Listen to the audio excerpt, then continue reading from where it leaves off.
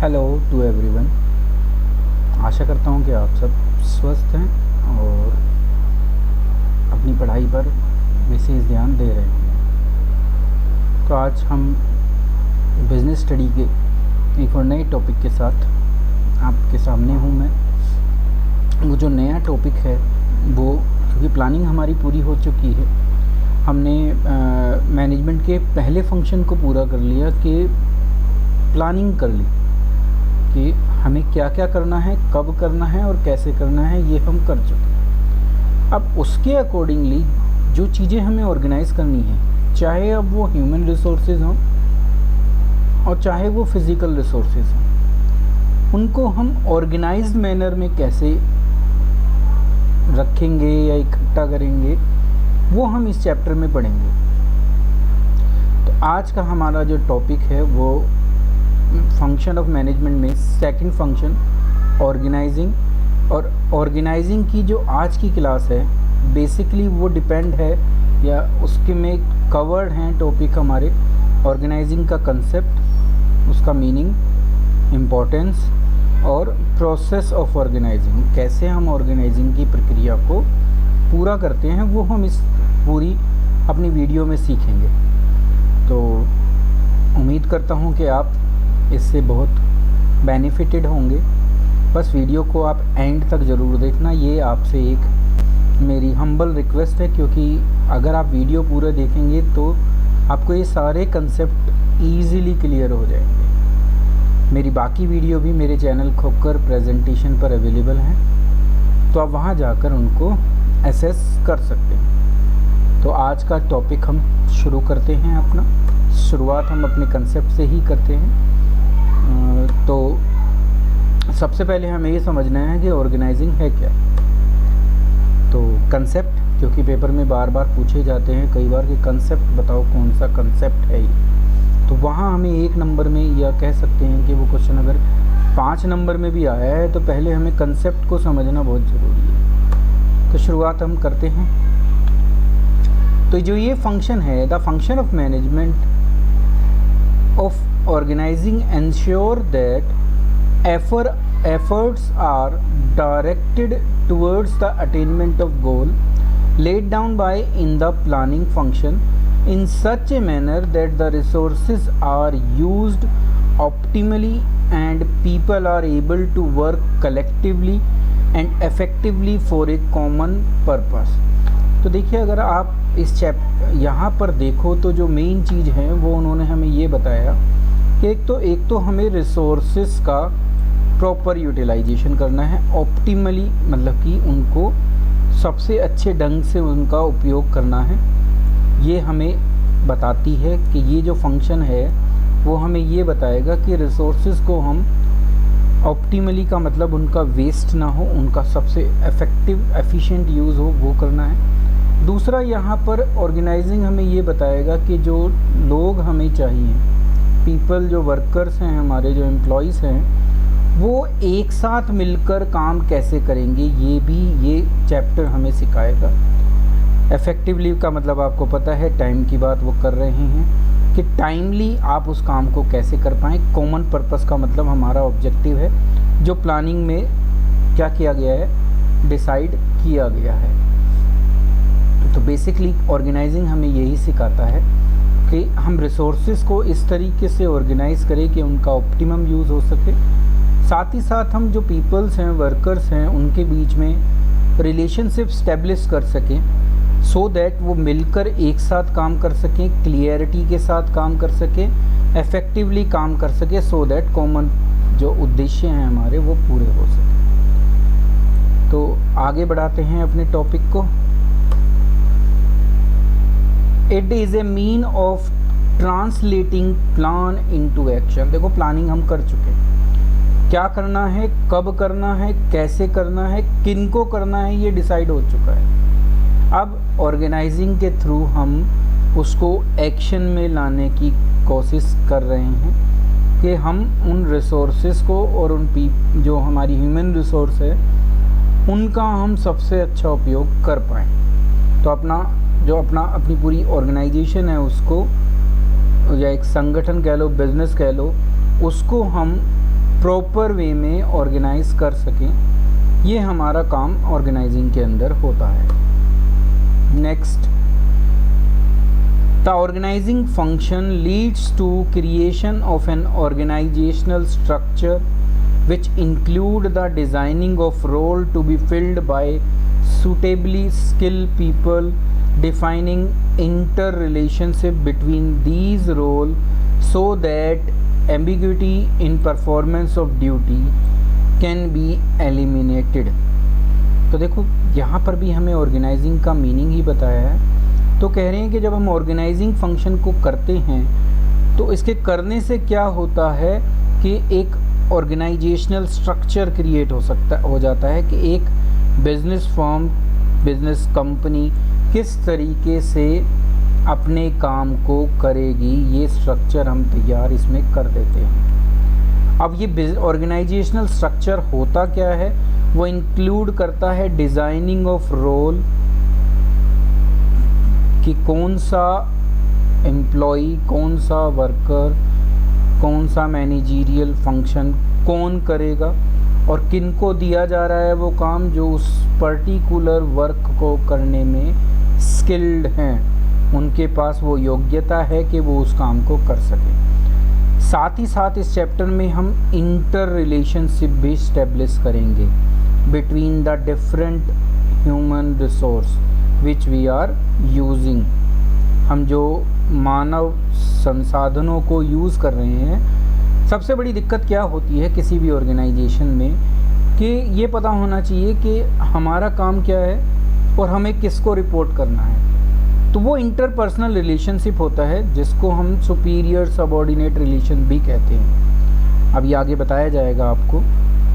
अब ये क्यों किया जाता है, जिससे एम्बिग्यूटी, कन्फ्यूज़न ख़त्म हो। सिंपल सी बात ये है कि आपस में बीच में जो कन्फ्यूज़न है वो जो क्रिएट ना हो, वो हम दूर कर सकें उस इंटरपर्सनल रिलेशनशिप के थ्रू। सबको उनकी ड्यूटी दी जा सके, जो भी काम जिसका है उसको वो काम दिया जा सके। तो एलिमिनेशन किसका हो रहा है, कन्फ्यूज़न का, कि कहीं पर ये नहीं है कि कोई ये कह सकता है कि मुझे नहीं समझ में आया कि मुझे क्या करना है। तो ऑर्गेनाइजिंग हमें ये सिखाती है। ठीक है, आप मेरे हिसाब से आपको अब तक कंसेप्ट क्लियर हो गया होगा कि हम ऑर्गेनाइजिंग के चैप्टर में क्या करेंगे। Organizing clarify the extent of authority. Authority का मतलब है किसी काम को पूरा करने की पावर।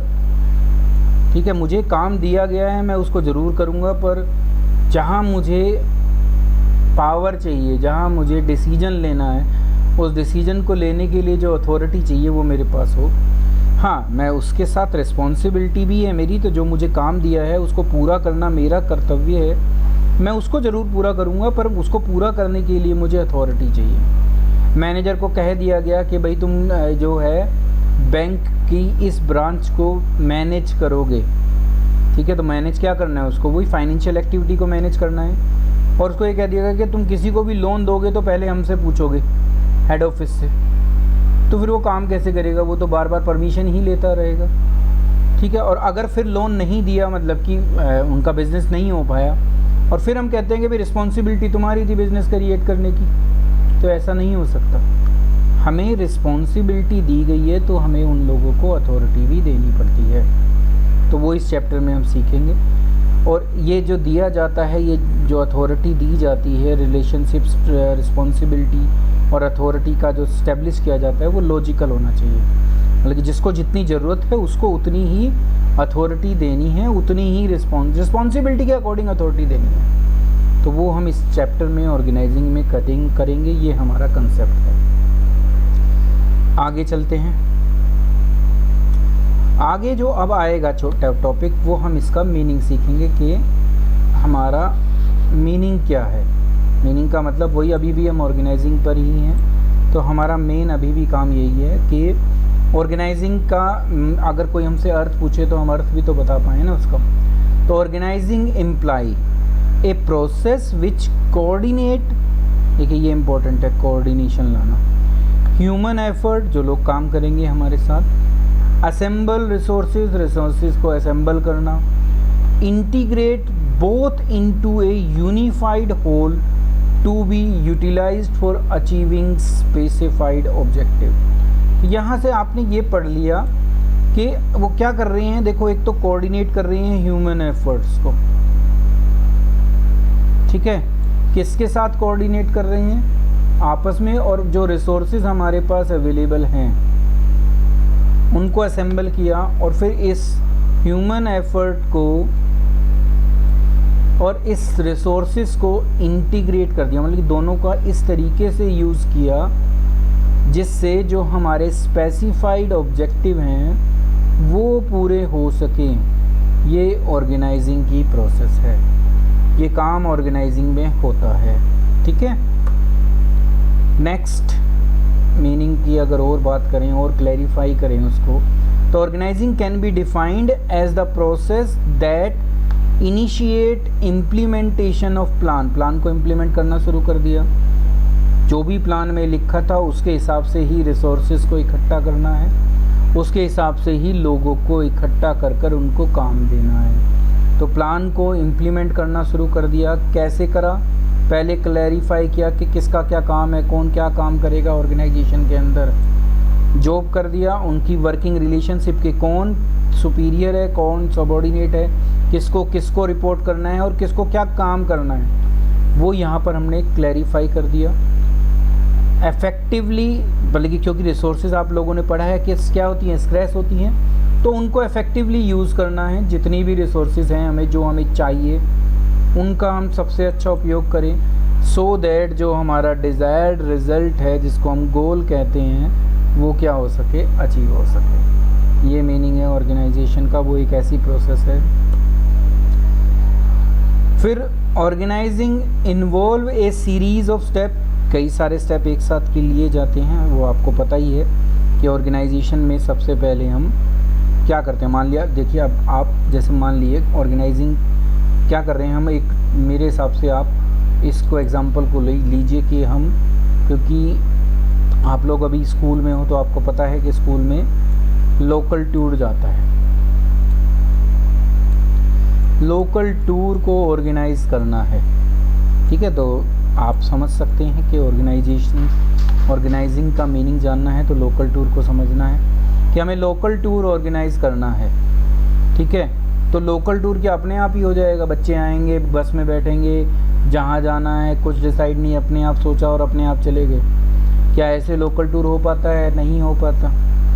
पहले गवर्नमेंट ऑर्डर देती है कि लोकल टूर आप इन पर्टिकुलर जगह पर ले जा सकते हैं। प्लानिंग उन्होंने कर ली, प्लानिंग के बाद उन्होंने हमें बता दिया उसको, अब हमें उसको ऑर्गेनाइज़ करना है। तो सबसे पहले क्या करते हैं, जो स्कूल के प्रिंसिपल होते हैं वो किसी एक टीचर को क्या बना देते हैं, लोकल टूर इंचार्ज बना देते हैं। अब वो लोकल टूर इंचार्ज उस टूरिंग एजेंसी के साथ कांटेक्ट करता है जो हमारे स्कूल को दी गई है। वो उन दोनों में कम्युनिकेशन होती है और दोनों जैसा डिपार्टमेंट ने डिसाइड किया है, जो प्लानिंग में डिसाइड हो चुका, उसके अकॉर्डिंग जो डेस्टिनेशन आइडेंटिफाई हैं डिफरेंट क्लास के लिए, उनके अकॉर्डिंग प्लान बनाया जाता है कि कौन सी क्लास, क्योंकि 11 पहली से लेके या केजी से लेके 12वीं तक का स्कूल है। अब हमारे यहाँ पर स्कूल के अंदर केजी से और 12th तक के बच्चे पढ़ते हैं, सबका टूर जाना है, ठीक है। तो किस डेट पर कौन जाएगा, पहले हमें ये देखना है कि डेट क्या होगी, ठीक है, डेट किस डेट पर जाएंगे हम। फिर नंबर ऑफ़ स्टूडेंट्स को देखना है कितने होंगे, ठीक है। उस नंबर ऑफ़ स्टूडेंट्स के अकॉर्डिंग कितनी बस की रिक्वायरमेंट है हम वो देखेंगे, ठीक है। तो बसेस की रिक्वायरमेंट को देखना है, रिसोर्सेज को असेंबल करना शुरू कर दिया ना हमने, बसेस चाहिए हमें क्या चाहिए आपको पता ही है। एक तरीके से हम उसको क्या कहें, ब्रेकफास्ट कह लो या कुछ भी कह लो, ब्रेकफास्ट भी दिया जाता है ना। तो ब्रेकफास्ट का मैनेजमेंट करनी है, अरेंज करना है, ठीक है।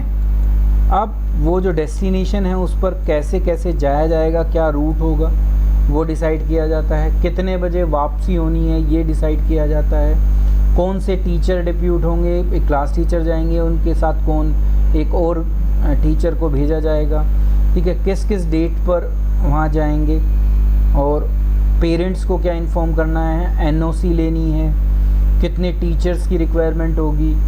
तो ह्यूमन रिसोर्सेज का, और क्योंकि लोकल टूर इंचार्ज हमने बना दिया है तो वो सुपीरियर है, और जो टीचर्स हैं वो क्या हैं, सबॉर्डिनेट हैं। तो टीचर जो सबॉर्डिनेट हैं वो किन से कॉन्टेक्ट करेंगे, लोकल टूर इंचार्ज से, और लोकल टूर इंचार्ज भी सबॉर्डिनेट है किनका, प्रिंसिपल का।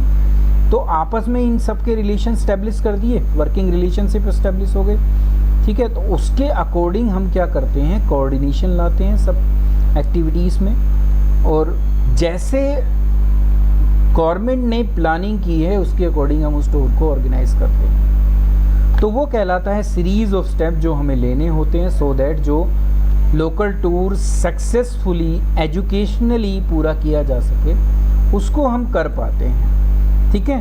तो ये था हमारा जब एक ऑर्गेनाइजेशन ऑफ लोकल टूर। तो आप जब किसी कंपनी के अंदर ऑर्गेनाइजेशन करते हैं तो इसी तरीके से आप एक कंपनी में भी ऑर्गेनाइजेशन का काम करते हैं, ठीक है। तो मेरे हिसाब से आप समझ गए होंगे कि ऑर्गेनाइजिंग क्या होती है। आगे चलते हैं, अब इसकी प्रोसेस पे आते हैं कि ऑर्गेनाइजिंग के पूरा काम कैसे कैसे किया जाता है। तो शुरुआत होती है identification and division of work से, ठीक है। तो हम सबसे पहले यही आइडेंटिफाई करेंगे कि हम किस तरीके से काम करेंगे, ठीक है। तो आइडेंटिफाई करो कि क्या क्या वर्क हैं, और फिर उनको छोटे छोटे भागों में डिवाइड करो। वो हमने पढ़ा भी है प्रिंसिपल्स में। तो पहला काम हमारा यही है कि हमें अपनी ऑर्गेनाइजेशन के अंदर, कंपनी के अंदर कितने टाइप के काम हो सकते हैं वो ढूंढने हैं, और उसको फिर छोटे छोटे, मतलब कि according to the ability of the employee उनको डिवाइड करना है। किसी भी एम्प्लॉई को ओवर बर्डन भी नहीं करना कि उसके ऊपर ज़्यादा बर्डन आ जाए, ठीक है। तो देखिए क्या कहती है अभी हमें कि firstly we have to identify and divide the work which has to be done in accordance with previously determined plan. सारा काम देखो इसी के अकॉर्डिंग चलेगा, प्लान के अकॉर्डिंग। जो प्लान में डिसाइडेड है उसके हिसाब से हम आइडेंटिफाई करेंगे कौन कौन से काम निकल कर आते हैं, ठीक है, और उसको फिर छोटे छोटे हिस्सों में बांट देंगे, ठीक है। प्लान कहता है कि 10% सेल बढ़ाना है। अगर प्लान हमारा ये कहता है कि इस साल भाई आप 10% को सेल को बढ़ा दो, ये हमारा प्लान निश्चित हुआ कि सेल जो है वो 10% बढ़ानी है, ठीक है। तो अगर सेल को 10% बढ़ाना है तो हम देखेंगे कि आइडेंटिफाई करेंगे कि किस तरीके से सेल को बढ़ाया जा सकता है। क्या नए एरिया में जाके प्रोडक्ट को बेचें, क्या कुछ ऑफ़र दें, एडवर्टीज़मेंट अच्छी करें, ठीक है, किस तरीके से बढ़ा सकते हैं। तो आइडेंटिफाई किया सबसे पहले, और फिर उन जो आइडेंटिफाई किया वो भी प्लानिंग में हो चुका है। अब किन किन रिसोर्सेज की ज़रूरत पड़ेगी उसके लिए। अगर नए एरिया में जाना के डिसाइड हुआ है कि नए एरिया में जाके आप बेचोगे, तो नए एरिया में जाने के लिए ट्रांसपोर्टेशन भी चाहिएगा आपको, एम्प्लॉयज़ भी चाहिएंगे आपको, ठीक है, सब कुछ चाहिएगा। तो वो सारे आइडेंटिफाई करने हैं वो सारे काम, और फिर उनको छोटे छोटे भागों में डिवाइड करना है। सेल्स एग्जीक्यूटिव का काम सेल एग्जीक्यूटिव को दिया जाएगा, मार्केटिंग का काम मार्केटिंग एग्जीक्यूटिव को दिया जाएगा, कौन किसको रिपोर्ट करेगा वो डिसाइड किया जाएगा। तो अभी हम सिर्फ ये देख रहे हैं कि काम को कैसे छोटे छोटे भागों में बांटें, ठीक है, जिससे हमारा जो प्लान है वो अचीव हो सके, ठीक है। चलते हैं आगे। The work is divided into the manageable activities so that duplication can be avoided.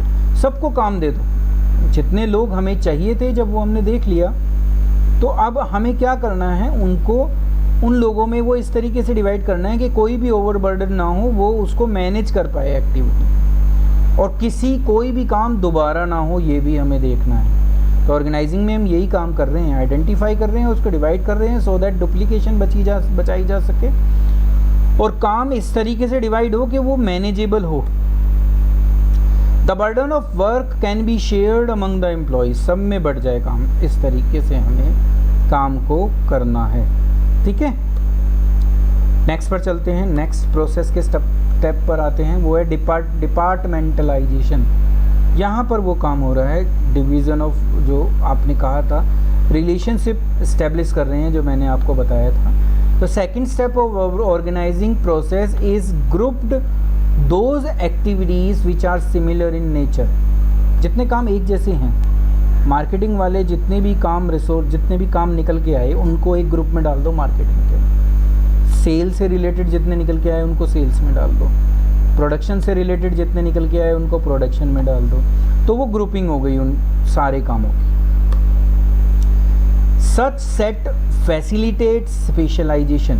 देखो अब जो वो ग्रुपिंग हमने की है ना, उस ग्रुपिंग के अकॉर्डिंग वो जो उस ग्रुप को, मान लिया जो मार्केटिंग वाला ग्रुप है हमारा, जो मार्केटिंग की एक्टिविटी निकली, सेल्स की ले लो, जैसे सेल्स की जितनी एक्टिविटी निकली वो कौन पूरा परफॉर्म करेगा? जो उस सेल्स डिपार्टमेंट में एग्जीक्यूटिव हैं वो उसको पूरा करेंगे, क्योंकि हमने तो काम को छोटे छोटे भागों में बांट दिया। तो सेल्स एग्जीक्यूटिव, सुपरवाइज़र, वो सब मिलकर उस काम को पूरा करेंगे। तो वो क्या कर रहा है, जब ये डिवाइड कर दिया हमने इनमें काम, तो वो क्या ला रहा है? स्पेशलाइजेशन ला रहा है। इन सब एग्जीक्यूटिव्स को क्या देखना है? सेल्स को देखना है। एक ही काम है उनका कि how to improve our sale. ठीक है, तो सारे एग्जीक्यूटिव सिर्फ इसी को देख रहे हैं, उनके पास और कोई काम नहीं है। वो स्पेशलाइजेशन ला रहा है, वो उस काम में स्पेशलिस्ट हो रहे हैं। जैसे मैं अगर आप लोगों को अकाउंट्स पढ़ाऊँ या बिजनेस स्टडी पढ़ाऊँ और मैं देखूँ कि कैसे मुझे उसको पढ़ाना है, तो मैं धीरे धीरे जैसे जैसे मेरा एक्सपीरियंस बढ़ेगा मैं उस काम में स्पेशलाइज्ड हो जाऊँगा। मुझे वही तो काम करना है। मैथ वाले टीचर को सिर्फ मैथ पढ़ाना है ना, तो उसको पता चल गया कि उसको पूरे साल में एक काम क्या करना है, हर साल मैथ पढ़ाना है। तो वो उसी काम को अलग अलग तरीके से, सो दैट बच्चों में वो उसको क्या कर सके, इम्प्रूव कर सके, वो उस काम में क्या हो जाता है? स्पेशलाइज्ड हो जाता है। ठीक है, तो उस स्पेशलाइजेशन उस ग्रुपिंग की वजह से आता है।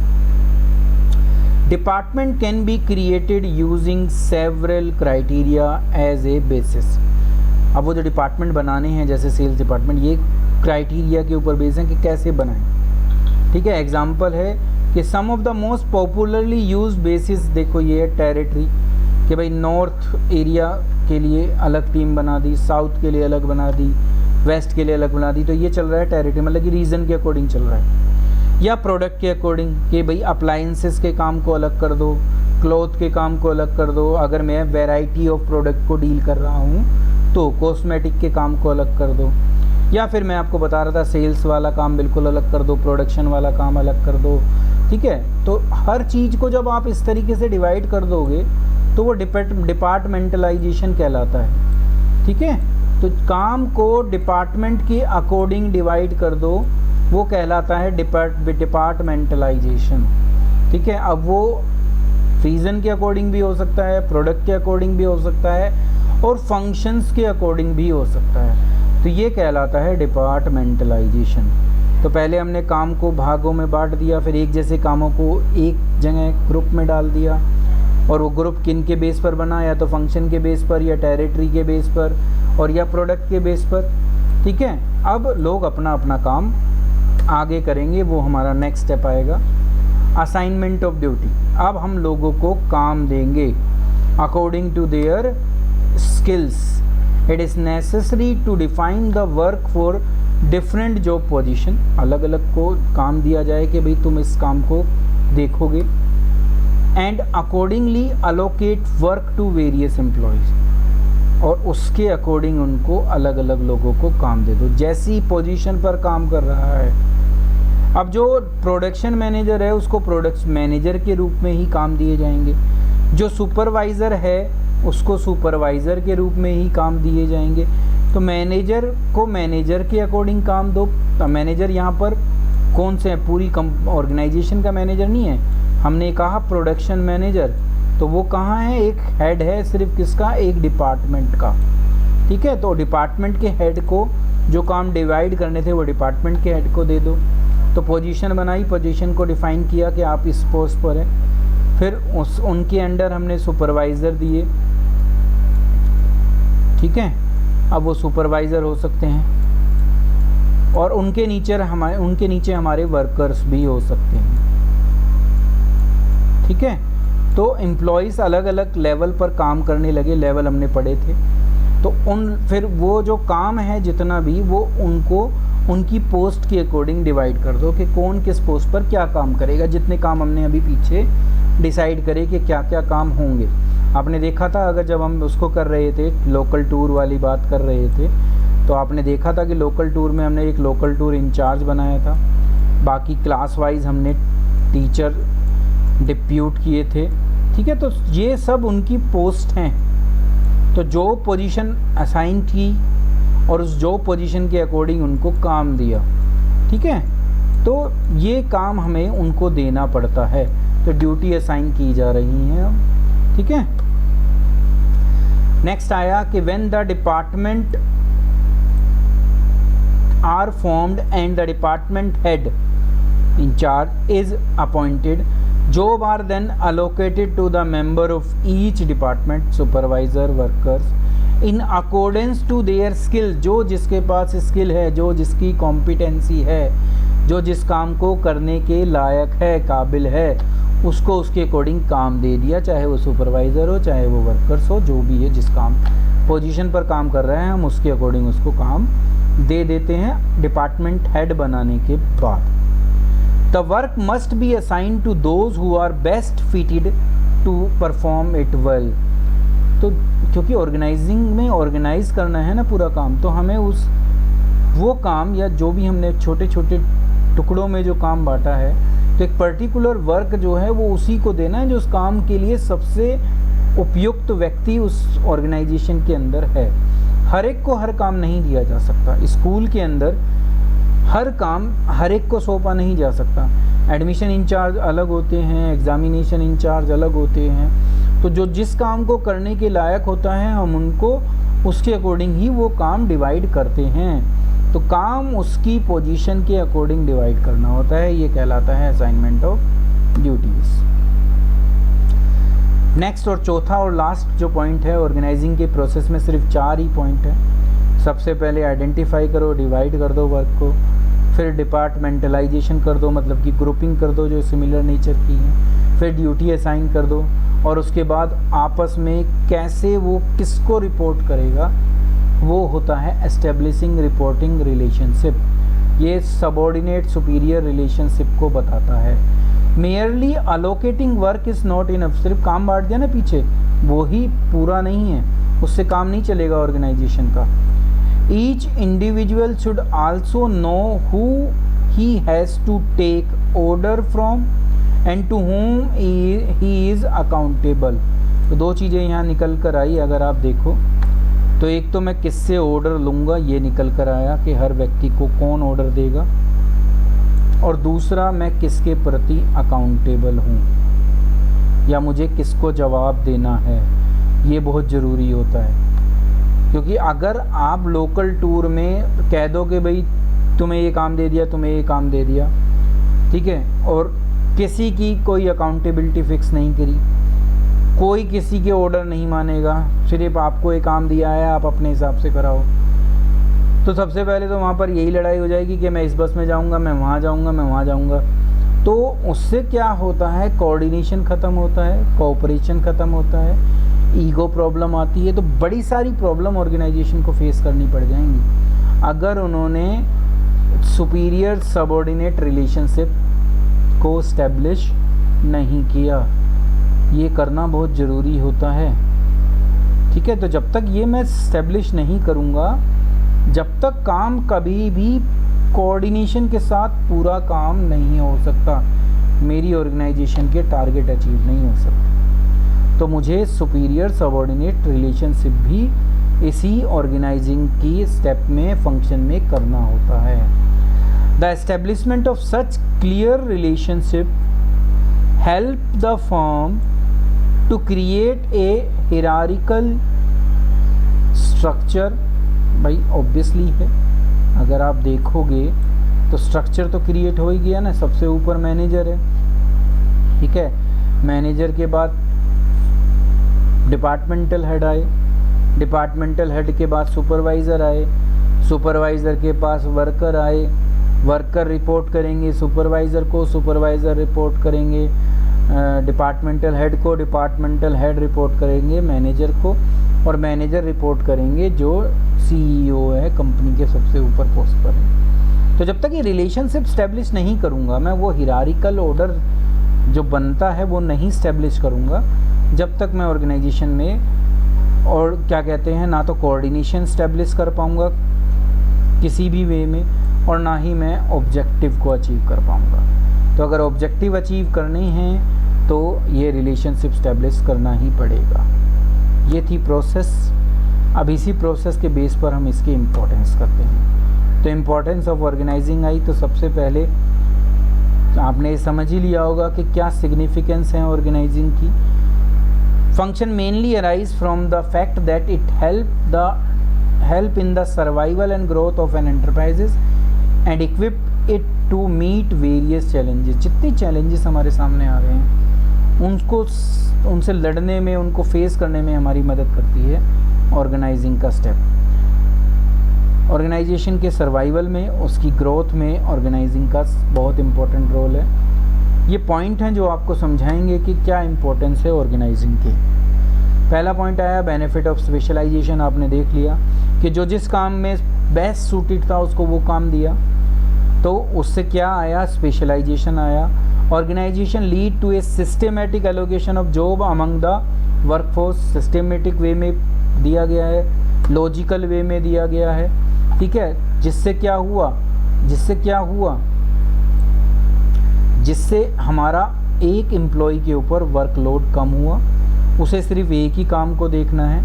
साथ ही साथ उससे प्रोडक्टिविटी भी बढ़ गई एम्प्लॉय की, ठीक है, because of the specific worker performing a specific job. उसको एक पर्टिकुलर काम दिया है जिसमें वो बेस्ट सूटेड है, और रेगुलर दिया जा रहा है, बार बार दिया जा रहा है। जिससे क्या हो रही है, स्पेशलाइजेशन क्रिएट हो रही है।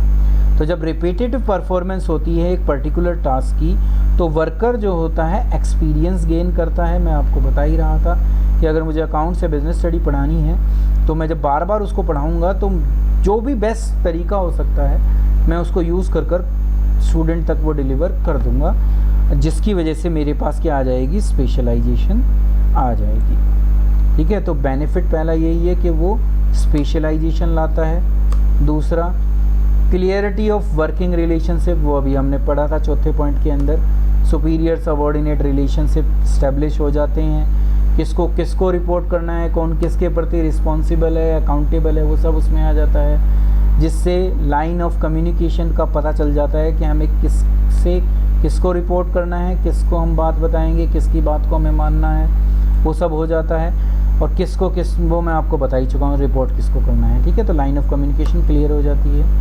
इट रिमूव एम्बिग्विटी, ये मैं आपको बता ही चुका था। अनक्लियर, इनडेफिनेट, जितने भी हमारे दिमाग में थॉट्स होती हैं वो सब क्लियर हो जाती हैं, ठीक है। इन्फॉर्मेशन किससे मिलेगी हमें पता चल जाता है, इंस्ट्रक्शन कहाँ से आएगी ये हमें पता चल जाता है।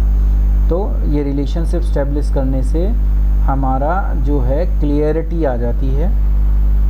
Next, it help in creating a hierarchical order बन जाता है। ये आपने देखा ही है, मैं आपको बता ही रहा था अभी कि जो पोस्ट हैं वो सारी फिक्स हो जाती हैं। मैनेजर,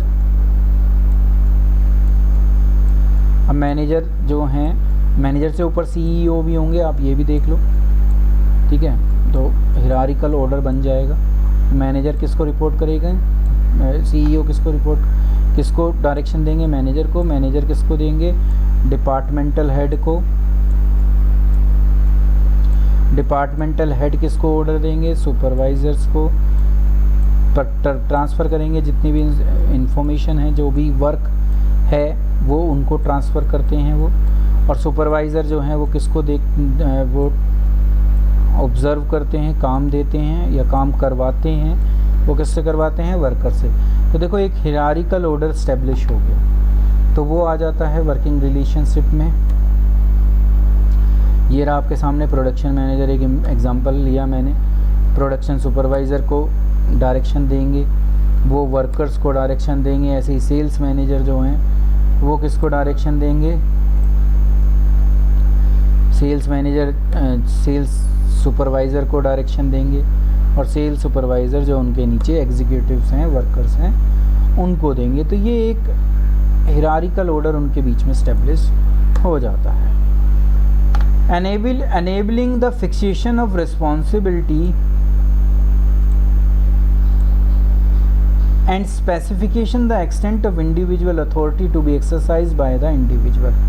अब काम नहीं दिया जाता, सिर्फ रिलेशनशिप में कभी भी सिर्फ रिस्पॉन्सिबिलिटी इस्टेब्लिश नहीं होती, बस रिस्पॉन्सिबिलिटी के साथ साथ जो है अथॉरिटी भी चाहिए, ये मैं आपको बता चुका हूँ। तो सिर्फ रिस्पॉन्सिबिलिटी नहीं, अथॉरिटी भी दी जाती है हर एक को, तो वो भी स्पेसिफाई होती है ऑर्गेनाइजिंग के थ्रू।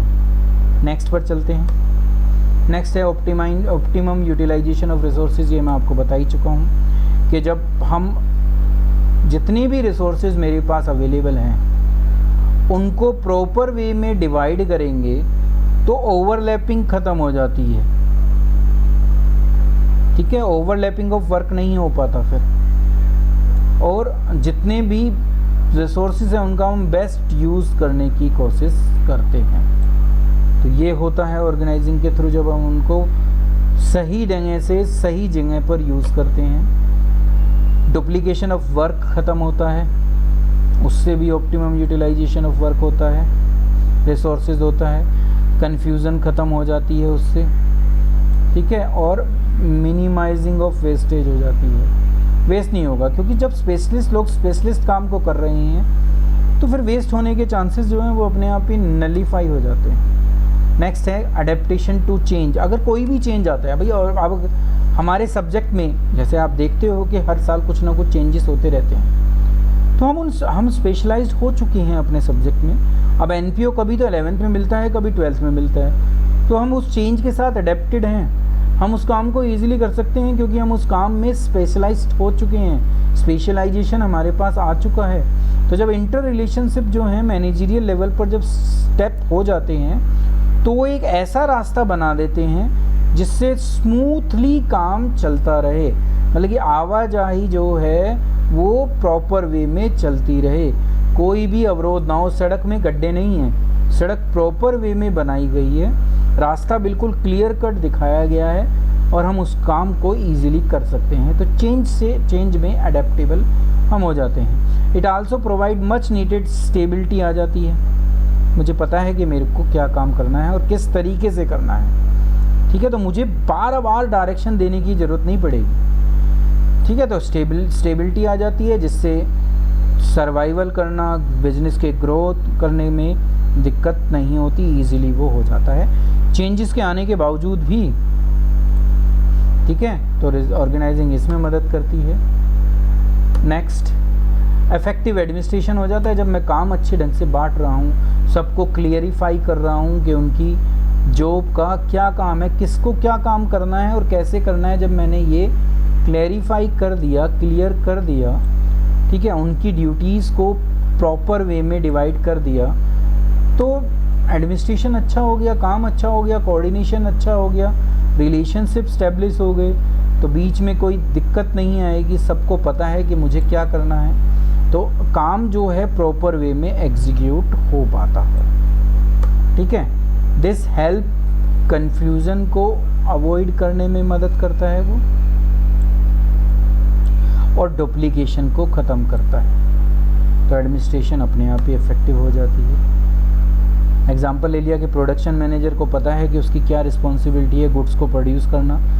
अब वो गुड्स सिर्फ अपने आप नहीं प्रोड्यूस करेगा, उसको कोऑर्डिनेट करना पड़ेगा किन के साथ, दूसरे डिपार्टमेंटल हेड के साथ भी। तो उसकी रिस्पॉन्सिबिलिटी ज़रूर गुड्स को प्रोड्यूस करना है, पर वो कोऑर्डिनेशन करके दूसरे डिपार्टमेंट्स के साथ अपने काम को प्रॉपर वे में पूरा कर लेता है। नेक्स्ट जो इम्पोर्टेंस है वो है डेवलपमेंट ऑफ पर्सनल, वो आप देख ही चुके हो। स्पेशलाइजेशन आ जाता है जब हमें हमारे काम का पता चलता है, तो वो हम उस काम में, और मुझे पता है कि बार बार मुझे इसी काम को, मुझे पता है मुझे अकाउंट्स और बिजनेस स्टडी ही पढ़ाना है, तो मैं अपने आप ही उस काम को इफ़ेक्टिव वे में करने के लिए अपने आप को तैयार करता रहता हूँ, अपने को इम्प्रूव करता रहता हूँ, अपनी टीचिंग को इम्प्रूव करता रहता हूँ, सो दैट स्टूडेंट्स तक बेस्ट नॉलेज पहुँच सके। तो डेवलपमेंट ऑफ पर्सनल हो जाती है थ्रू स्पेशलाइजेशन। काम को छोटे भागों में बांटा जाता है। अगर मुझे जैसे प्राइमरी में 5 सब्जेक्ट एक ही के पास होते हैं तो वहाँ बहुत दिक्कत होती है उस चीज़ की। मैं ये नहीं कह रहा कि वो बहुत बड़े लेवल का काम है, ठीक है, वो 5 सब्जेक्ट वो पढ़ाते हैं, बट वो दिक्कत वहाँ पे है, वहाँ पे स्पेशलाइजेशन एक तरीके से हम कह सकते हैं कि उस लेवल का नहीं होता। तो वहाँ पे एक तरीके से वो ओवरबर्डन कहे जा सकते हैं। पर जहाँ स्पेशलिस्ट बना दिया उन्होंने कि मैथ ये पढ़ाएंगे, ये पढ़ाएंगे, तो हमारे उन्होंने जो काम है उसके वर्कलोड को कम कर दिया। ठीक है, तो डेलीगेशन जो होती है, डेलीगेशन का मतलब होता है कि जो वो रिलेशनशिप स्टैब्लिश किए थे ना कि मैनेजर, सुपरवाइज़र, वर्कर, सीईओ, वो कहलाता है डेलीगेशन। डेलीगेशन में मुझे अथॉरिटी नीचे भेजनी होती है, उस अथॉरिटी के अकॉर्डिंग रिस्पॉन्सिबिलिटी देनी पड़ती है, वो कहलाती है डेलीगेशन। तो काम बांट दिया जाता है जिससे किसी भी लेवल पर कोई भी एम्प्लॉय हैवी वर्कलोड से दबा हुआ नहीं होता। तो सबको अपने काम पता होते हैं और सबऑर्डिनेट को जब डेलीगेशन हो जाती है तो वो उस काम को अच्छे तरह से कर लेते हैं। Delegation also develop the subordinate the ability to deal with effectively, जो चैलेंजेस हैं उनको फेस करने में उसको मदद मिलती है, वो अपनी फुल पोटेंशियल का यूज़ कर पाता है।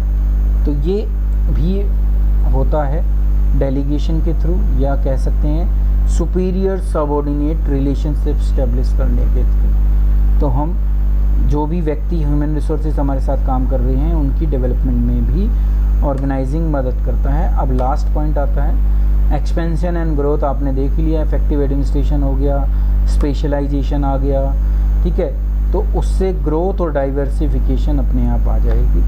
ठीक है, क्योंकि सबको पता है अगर मार्केट में कोई नया चैलेंज भी हमारे सामने आता है तो हम उसको भी ईजिली फेस कर लेंगे।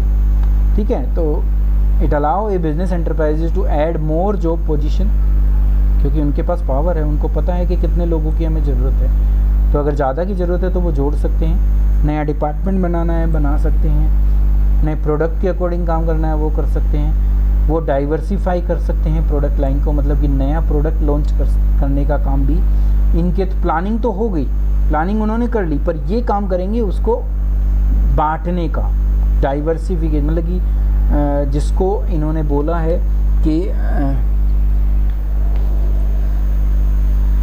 इन्होंने यहाँ पर बोला है, आपने पढ़ा था कि इस चैप्टर के अंदर कि हम क्या करते हैं, स्ट्रक्चर डिसाइड करते हैं। तो यहाँ पर आप जो है स्ट्रक्चर को डिसाइड करते हैं कि ऑर्गेनाइजेशन का स्ट्रक्चर कैसा होगा। स्ट्रक्चर फंक्शन के ऊपर काम करेगा, ठीक है, या प्रोडक्ट के ऊपर काम करेगा। तो जब ज़्यादा प्रोडक्ट होने लगते हैं तो हम डाइवर्सिफाई भी कर देती हैं अपनी ऑर्गेनाइजिंग स्ट्रक्चर को प्रोडक्ट के अकॉर्डिंग। जब प्रोडक्ट ज़्यादा नहीं होते तो हम डिपार्टमेंट के अकॉर्डिंग भी काम कर लेते हैं।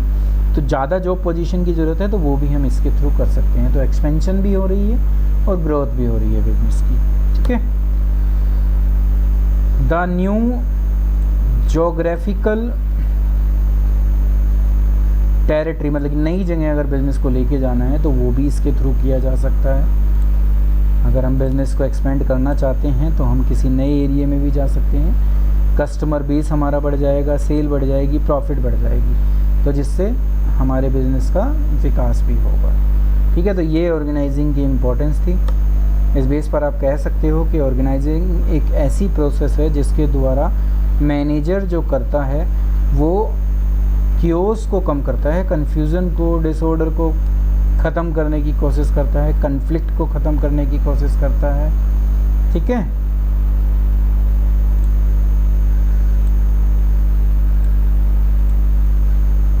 कन्फ्लिक्ट को ख़त्म करता है, कन्फ्यूज़न डिसऑर्डर को ख़त्म करता है, रिस्पॉन्सिबिलिटी शेयर कर ली जाती है, एक ऐसा एनवायरनमेंट क्रिएट करता है जो टीम वर्क की भावना को डेवलप कर सके। तो ये ऑर्गेनाइजिंग की इम्पोर्टेंस है। मेरे हिसाब से आप ऑर्गेनाइजिंग के कंसेप्ट को इस मेरी वीडियो के थ्रू बहुत अच्छी तरह से सीख गए होंगे। मुझे पूरी उम्मीद है कि अब आप कंसेप्ट के रूप में, मीनिंग के रूप में, उसकी प्रोसेस के रूप में और उसकी इम्पोर्टेंस को बहुत ईजीली, अगर इनके बेस पर कोई क्वेश्चन आता है तो आप अब उसको ज़रूर सॉल्व कर लेंगे, उसका आंसर दे पाएंगे। आपको वीडियो अच्छी लगी तो आप इसको शेयर ज़रूर कीजिए, लाइक ज़रूर कीजिए और प्लीज़ कमेंट भी ज़रूर कीजिए।